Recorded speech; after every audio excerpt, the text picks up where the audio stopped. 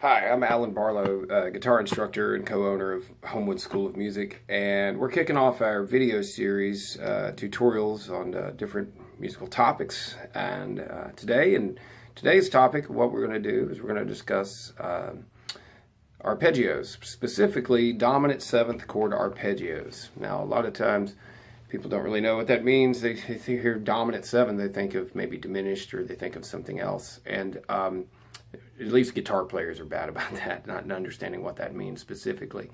A dominant seventh chord you see a lot of the time. You see it in rock and roll, you see it in blues, jazz, country, so on and so forth, gospel, R&B. And what it is it's a major chord, but it has a flatted seventh. So to kind of give a little background on that, basically a major chord has three notes. It has what's referred to as a 1, a 3, and a 5.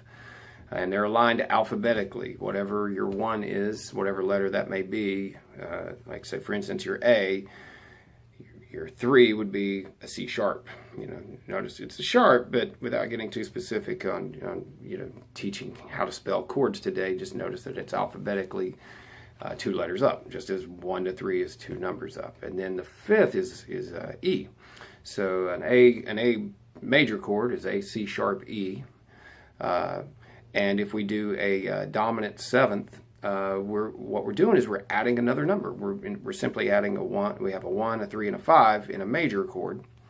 But in a dominant seventh chord, we have a 1, a 3, a 5, and now a 7. Now 7 ordinarily would be a G sharp, just as it is in the A major scale. But with a dominant seventh chord, what we do is we flat that 7, so it becomes just a G. So I use A as our example because 1, 3, 5, 7, A being the first letter of the alphabet, makes that easy to kind of understand how those numbers translate to letters. However, though, for our example, I'm going to use a G chord, a real popular chord with beginning guitarists as well as advanced, intermediate, all levels. So in that sense, G is our 1, so B will be our 3, C, D will be our 5. And now to get to our 7, we're on D, E, F. I like this example because there's no sharps and flats in it. It makes it easy for beginners or intermediate players to understand. So we have G, B, D, and F as our notes. That chord, oftentimes there's confusion because they'll see it listed as G7. And so they'll think, oh, that's a major chord. So they think of it as what's called a major 7. That's incorrect. A G major 7 chord would not have an F. It would have an F sharp. It would have the same 7 as the G major scale, as do, re, mi, fa, sol, la, ti. It would have an F sharp. What we're discussing today is a dominant 7th chord, which is a major chord with a flatted 7th. Now, to start, what I like to do is I like people to understand, I like my students to understand how a dominant 7th chord, or any kind of chord that we may talk about, whether it's a dominant 7th or just a basic chord like a major or a minor, how the notes are literally distributed in a linear fashion, like a pianist would see it, or maybe even a saxophonist or someone else whose reading notation would see it, because guitar players are notorious for not reading music. Which is fine. There are a lot of great guitarists that never learned to read, but they understand the theory to some level, so some degree of proficiency. So what I like to do is start with just the education part of it, then we'll get into mapping it out on the fretboard. So for educational purposes, we need to understand that we have 4 notes in this chord. We have a 1, and then we have a 3, a 5, and a flat 7. Now the distances between those notes is vital to really understanding the concept and being able to apply it and not getting lost in fingers and frets.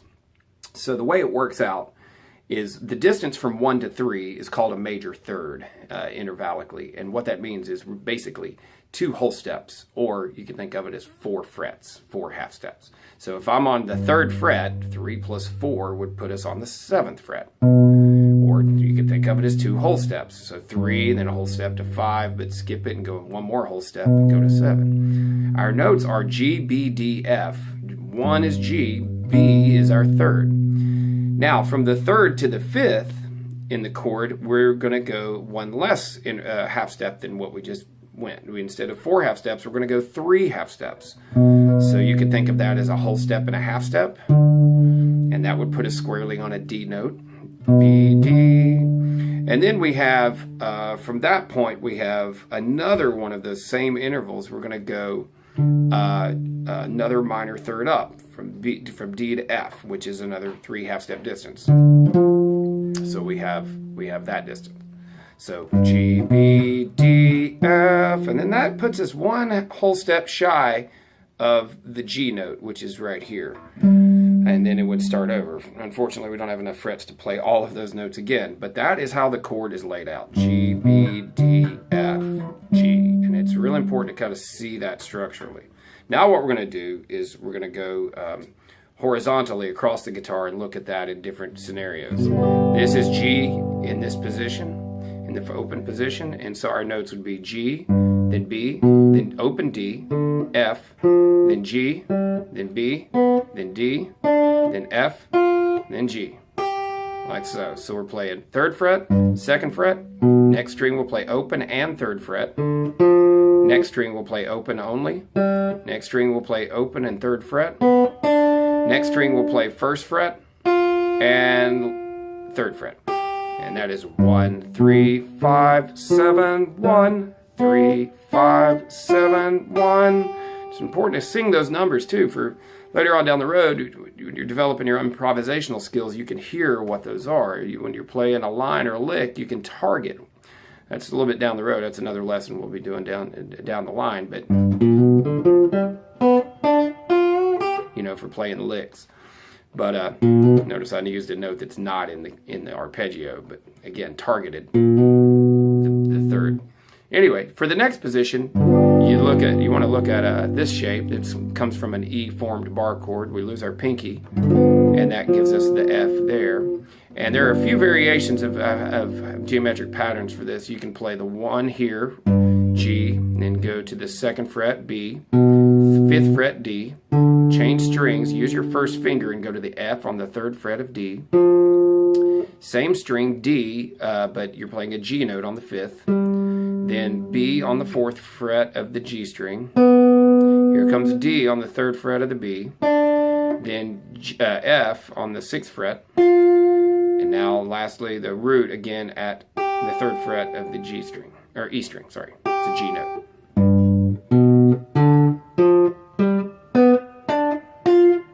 And if you like, you can reach up a major 3rd to get the 3 again, the B. Like that. There's your root, there's your 1. So that gives it closure, but you also can grab this. And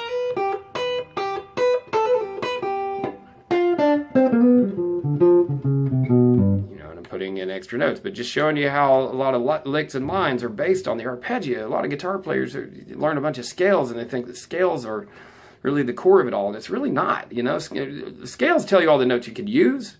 The arpeggios tell you all the notes you should highlight, because when you're playing lines and you're making up licks, you're really trying to, what makes most sense in terms of making it sound cohesive is knowing how the notes you play relate to the chord you're playing over. Therefore, the arpeggios are extremely important. I like to think of it as a word. If a G is a word, then G, B, D is how you spell it, and so you're complementing those particular notes. Or if you're playing G7, G, B, D, F are the notes you can highlight. So anyway, on to the next position, or actually the variation in this position is to play, instead of the B here, is to reach up and play it here on the E string. Kind of like we did earlier with the high E. I like that because it bookends the E strings the same way. Both E strings do that. The next position is based off of a D shape. So you have this shape. It looks like a D7, but we're in the key of G. We're rooting it on a G here, so we have a G7. And so then it's a little weird for most guitar players because they're not used to rooting on the E or the A string. So we venture off over here to the D string and get a little wild. So you're going to play the root here. You're going to go a major 3rd up there on the 9th fret. Here's your 5th. This is D. Then F is right here on the B string, 6th fret. Then your G again here. And then your B again at the high E, 7th fret. So you're playing.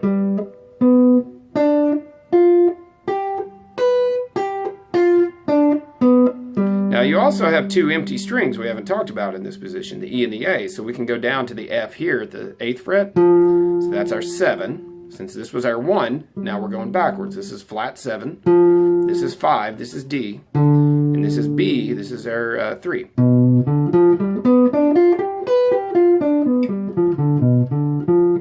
we're rooting there. There's our G.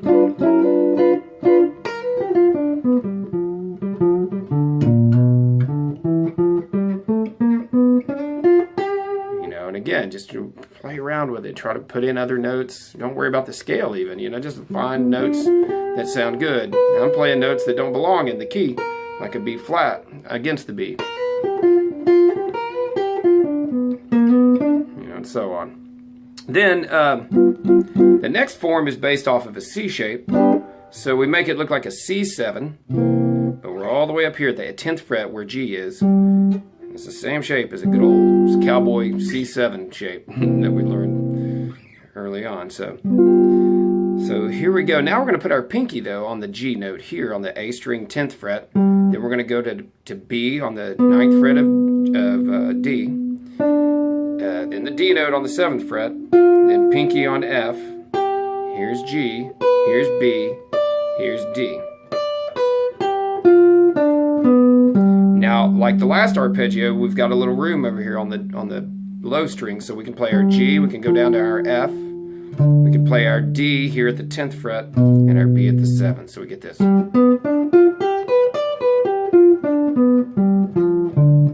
come home to G, so your ear can acclimate to the root.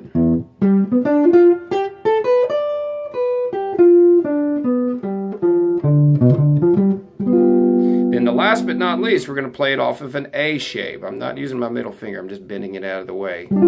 This comes from an open A7 shape, but now all the way up here at G, so B, C, D, E, F, G is right there. So I'm playing a bar chord that looks like an A7 shape. Now to start this off, instead of using my first finger, we're going to put our middle finger on this note. And we're going to play G, 9th fret of the D string for B, that's our 3rd. Then we'll play the 12th fret of D, that's our 5th, that's D. Then we're going to shift our first finger right here to the 10th fret of the G string, that's F. Then we're going to play G with our second finger on the 12th fret, B on the 12th fret also, right beside it on the B string. Then D on the 10th fret of the E, and then F on the high E string 13th fret. So that's 1, 3, 5, 7, then 1, 3, 5, 7.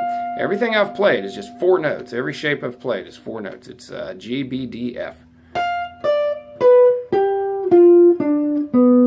Now we've got an empty string here, so we can reach over to the F at the 13th fret. And then we have the 10th fret for D.